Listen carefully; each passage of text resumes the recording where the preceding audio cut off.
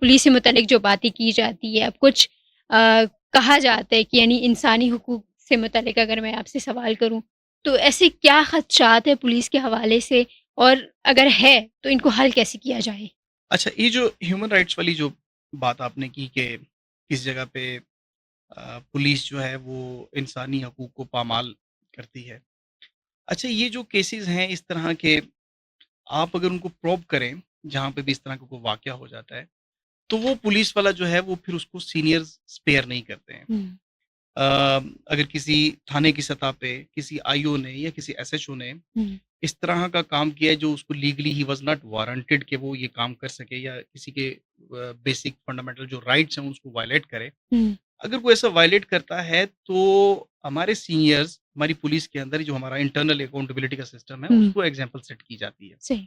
आप अगर मैं आपको कहूँ कि मुझे ऐसा कोई केस बताएँ कि किसी एसएचओ ने किसी के साथ ज़्यादती की और वो एसएचओ वहाँ पे रहा हो, हुँ, या ऐसा केस बताएँ कि वो एसएचओ यूनिफ़ॉर्म में रहा हो। हुँ, हमारी जो इंटरनल अकाउंटेबिलिटी है, उसमें बड़ी सख्त किस्म की इंक्वायरीज़ होती हैं और उसमें उनको सज़ाएँ दी जाती हैं।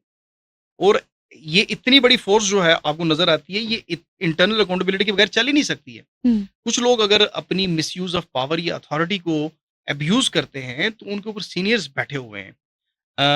अगर आप मुझे कहेंगी तो मैं आपको इंक्वायरीज़ का डाटा भी दे दूँगा और वो आपको जो हमारे एसएचओज़ को या जो बाकी इस तरह के जो हमारे पुलिस ऑफ़िसर्स किसी के साथ ज़्यादती करते हैं, उनको हुँ, मिलने वाली सज़ाओं का भी डाटा मैं आपके सामने रख हुँ। सकता हूँ। लेकिन जो हम लॉज़ की अगर बात करें, जो सेंचुरीज़ के लॉज़ हैं, उन पर अब तक हम पुलिस को कैसे चला सकते हैं? अच्छा, ये भी एक बहुत मैं ये समझता हूँ कि पुलिस के अंदर एक बहुत बड़ा इश्यू है कि आप सेंचुरीज़ ओल्ड लॉ के ज़रिए आज की सोसाइटी को गवर्न करने की कोशिश करें तो देयर इज़ अ मिसमैच। ये यस। एक मिसमैच है। वैसे एजेके की मैं बात करूँ तो हमें जो लॉज़ गवर्न करते हैं हमारी एजेके पुलिस को, वो 1861 का पुलिस एक्ट हुँ, है।